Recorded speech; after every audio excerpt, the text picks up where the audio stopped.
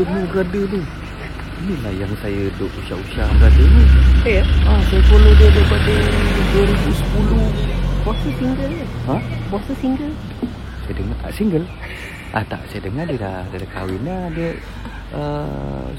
isteri dia macam singa sikit lah. Ni yang saya follow tu, tapi saya segan lah nak ni orang ni lah dia. Walah, inilah dia ni. Allah.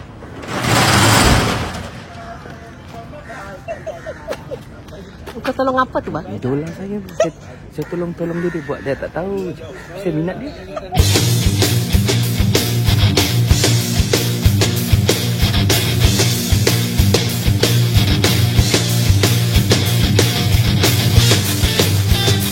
Assalamualaikum warahmatullahi wabarakatuh. Nama saya Ijam, bukan nama sebenar. Saya berumur sekarang 38. Saya dah kahwin, ada 3 orang anak. Saya kahwin muda. So anak saya yang paling tua umur dah 16 tahun. Saya berasal daripada kampung Tanah Merah, Merotai Besar, Tawau Sabah. Parent saya, ibu bapa saya seorang nelayan dan juga petani lah. Zaman kecil saya memang tak ada api lah masa tu.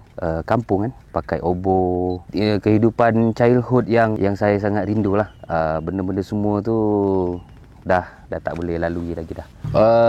Jadi kehidupan sebagai seorang anak kampung, biasalah dekat kampung saya buat kerja macam-macam. Saya pergi ke laut, kebun, kerja konduktor bas, kerja kilang. Biasa kat Sabah, biasalah ada kerja halal, kerja haram.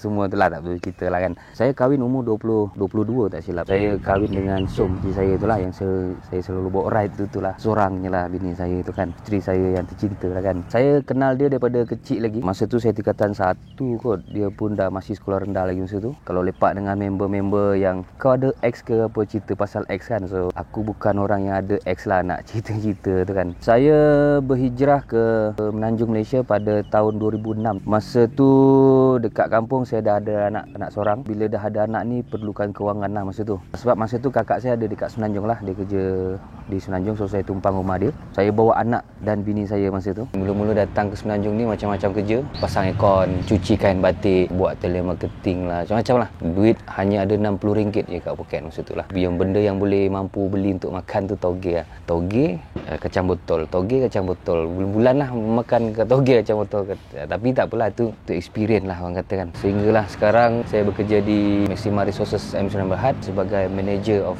logistik di syarikat tersebut. Syarikat tersebut adalah syarikat anak Bumi Putra yang membekalkan makanan sampingan kepada market. Saya tak pernah terfikir dulu pun saya terlibat dengan dunia pemotoran. Tak pernah terlintas kat fikiran yang saya boleh bawa motor besar dulu. Dulu saya mampu tengok je lah. Jadi saya mula-mula minat main motor ni semenjak saya tengok channel YouTube pada tahun 2010 ataupun 2011. Motor kangkang. So saya minat apa motor kangkang.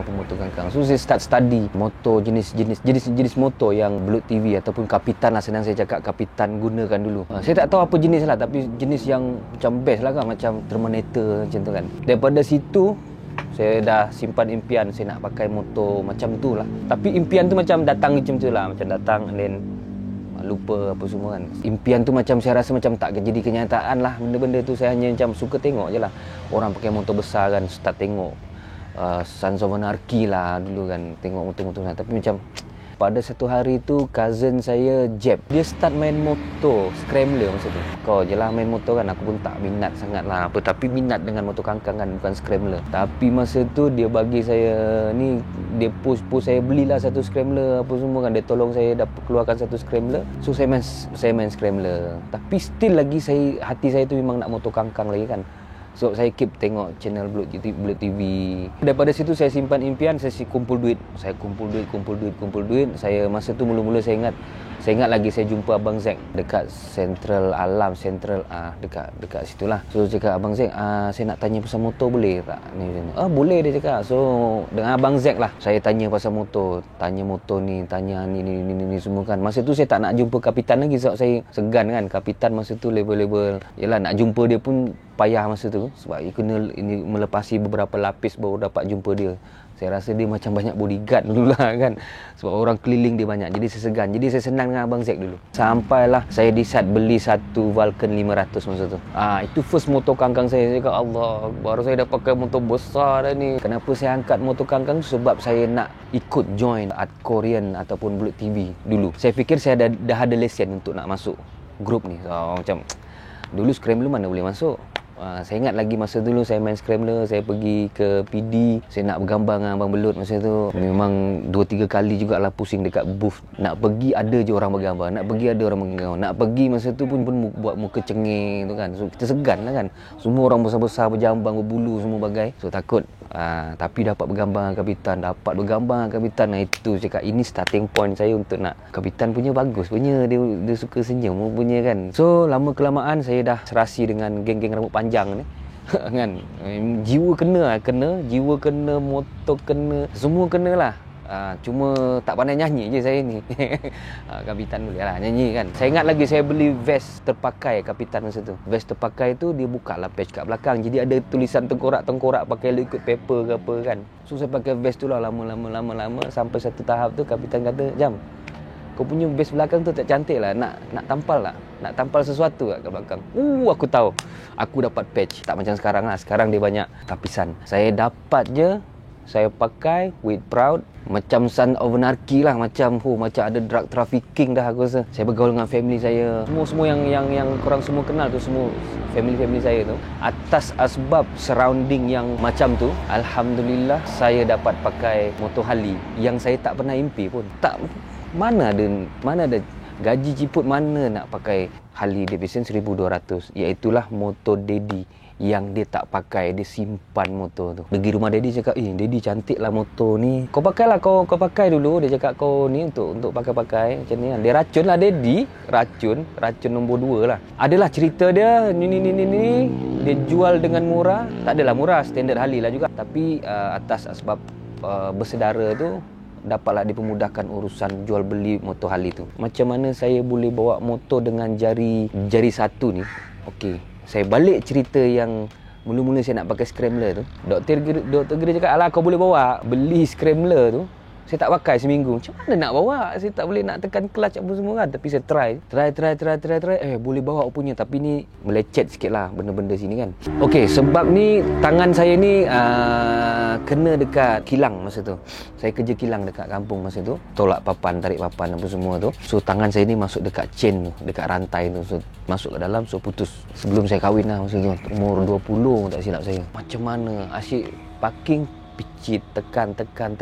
Lama-lama belajar, okey boleh. Tapi masa tu sakit lah. Tapi bila dah lama-lama dia dah jadi, dah biasa. Sebab tangan ni, kalau kita tak praktis dengan benda yang lagi ekstrim, kita tak tahu macam mana keupayaan dia. Ramai juga orang tanya macam mana kau nak buat motor macam tu lah. Banyak benda-benda yang kalau kita tak tahu, kalau kita tak try, kita tak tahu result dia kan. Tengok sendiri Abang Zek lah. Mana boleh buat motor jauh-jauh macam tu kan, sampai dekat Thailand pun semua. Tapi boleh. Masalahnya boleh. So nak kata apa? So impian saya memang nak beli road glide lah. Untuk road glide. Okey, satu cerita lagi. Tahun lepas saya kata Sportster je lah yang saya boleh bawa. Motor road glide ke road king saya memang tak boleh bawa. So kapitan saya dekat Petronas Semanggol ke saya lupa. Dia kata, "Jang, kau boleh bawa tak road glide ni?" Tak boleh. Kau try dulu. Kalau kau jangan cakap tak boleh, kau try dulu. Sekali saya try, boleh. Tapi memang mula-mula cuak lah, motor besar kan. Kapitan cakap, kena steady, kau jangan ni, jalan.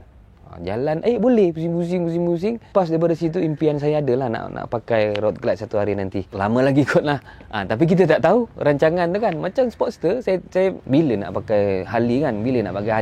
Sebab kita kalau main motor kangkang ni, memang nak Harley lah dia punya ending tu kan. Saya dulu tak terfikir, so pakai akhirnya. So macam ni juga lah road glide. Mungkin lah, alhamdulillah, manalah tahu sekepuk jatuh dapat road glide. Okay, alhamdulillah. Rekod ride saya yang paling jauh setakat ni ialah Pattaya, tapi naik kapal terbang lah. Rekod paling jauh sebenarnya Pak Barah, Kuala Lumpur. Perasaan saya first time keluar negara menggunakan motor, saya rasa batak. Saya rasa macam, wah, bestnya aku kan boleh cop pasport dekat immigration tu kan. Aku keluar negara ni, mestilah upload kat Facebook. Macam ni rupanya perasaan orang keluar border masuk Thailand apa semua tu kan. Lebih lagi macam nak masuk China, Thousand Corner apa semua tu. Saya pernah pergi Bangkok dengan Pattaya, tapi naik flight tak sama perasaan dia. Tapi saya pergi macam contohlah Hat Nyai yang dekat-dekat ataupun Narathiwat dia dekat-dekat. Perasaan dia tak sama kalau macam kau naik flight. Tak sama walaupun kau pergi dekat-dekat macam Narathiwat ke Hat Nyai Yala apa semua. Tak sama, perasaan dia tak sama. Pertama baru saya tahu macam mana proses untuk nak keluar negara. Yang paling bestnya bila kita follow Bulut TV, semuanya diuruskan oleh kapitan dengan Kak Gigi sendiri. Mana kita ni hanya bagi dokumen je, then dia orang uruskan semua A sampai Z. Kau tak perlu tahu macam mana nak ni semua.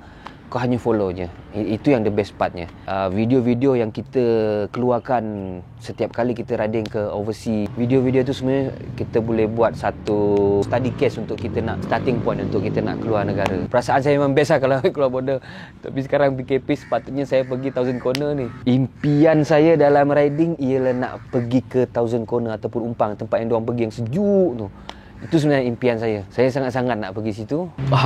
Saya sebenarnya bangsa Berau campur Bolongan dan ada darah Tidung. Banyak etnik dekat Sabah ni, antaranya macam Bajau, Kadazan, Suluk, Tausug, Bak Bugis. Saya percaya kalau ada orang-orang Sabah dengar ni, saya rasa dia orang tak pernah dengar bangsa Berau. Okey, bangsa Berau ni sebenarnya berasal daripada Indonesia. Bapak saya berasal daripada bangsa tu lah, bangsa Berau. Tapi bila dia dah lama dengan orang-orang Tidung, orang-orang Bolongan kan, suku kaum semua tu, jadi nama bangsa dia tu dah makin macam pupus lah, berkurang kan. So asalnya memang orang laut lah. Itulah asal bangsa saya lah. Saya keturunan Tidung kalau dalam surat lahir. Kerajaan Sabah tak iktirafkan bangsa Bolongan dan Berau tu sebagai warga negara lah. Blood TV Adventure Team adalah satu produk ataupun riding company yang ditubuhkan oleh budak Melayu Jawa duduk kat Selangor mana tu kan, yang mengorganiskan riding event, sama ada overseas, dalam negeri. Anda semua nak experience untuk nak ride ke Europe contoh ataupun Jerman, Blood TV adalah platform untuk buat benda ni. Art Korean pula ialah satu kumpulan motorcycle club yang mana diasaskan oleh orang yang sama, Kapitan Belut. Ditubuhkan pada tahun 2012, tanggal 12 hari bulan 12 2012. Kalau tak silap saya lah, kalau saya salah memang lepas video ni saya kena belasah ni. Jangan main-main Kapitan jahat tu, garang tu. Yang mana ahli-ahlinya adalah yang dipilih berdasarkan majoriti punya voting ataupun kapitan sendiri punya keputusan. Sama ada orang ni boleh masuk ataupun tak, dia bergantung kepada, contoh macam majoriti ahli kelab setuju tapi kapitan tak setuju. So automatik keputusan tu tolak. Nak masuk Blood TV senang aja. Pertama kena ada motor lah. Kalau tak ada motor pun boleh juga rasanya, tapi dia tak ada fun lah kan, pertama. And then motor sekurang-kurangnya boleh lari dalam 120 lah untuk mudah enjoy ride, untuk ikut kita punya event ride. Very easy, benda yang senang untuk nak masuk Blood TV. Untuk Art Korean, ini agak special sikit. Sebab Art Korean ni sebenarnya keahlian kita tak ramai. Sebenarnya kemasukan untuk Art Core ni agak rumit sebenarnya. Yang mana perlukan rasa family tu lebih, perlukan komitmen kepada kelab lebih, perlukan kepada pengorbanan tu lebih, perlukan kepada kepercayaan tu lebih, perlukan kepada ibadat itu sendiri pun lebih lah. Kebanyakan most Art Korean ni kapitan akan suruh jadi imam. Proses dia pertama adalah bonding. Very complicated untuk Art Korean kalau nak masuk. Tak payah masuk lah. Memang korang akan... Okey, pesanan untuk kepada anda semua yang nak datang ke markas, nak join kita dalam ride, yang segan-segan tu, saya nasihatkan jangan segan. Kita tak pandang you manager ke, you GM ke, you YB ke apa semua. Kita ada je macam wakil rakyat yang ikut kita apa semua. Semua ni humble je. Saya dulu pun segan juga. Saya dulu sebagai adun Tawau, saya down saya punya level. Oleh kerana saya segan, saya bazirkan masa 2 tahun untuk nak datang markas, untuk nak menyembang je. Saya ambil masa 2 tahun. Sebab apa? Sebab saya fikir saya punya motor tak cukup besar untuk nak datang. Sebenarnya cara saya silap. Kalau saya datang awal dah tahun, mungkin saya tak pakai Scrambler, mungkin saya dah pakai motor besar lagi awal. Disebabkan lambat, semua orang pakai GS, saya masih pakai Sportster. Seronok jam. Seronok.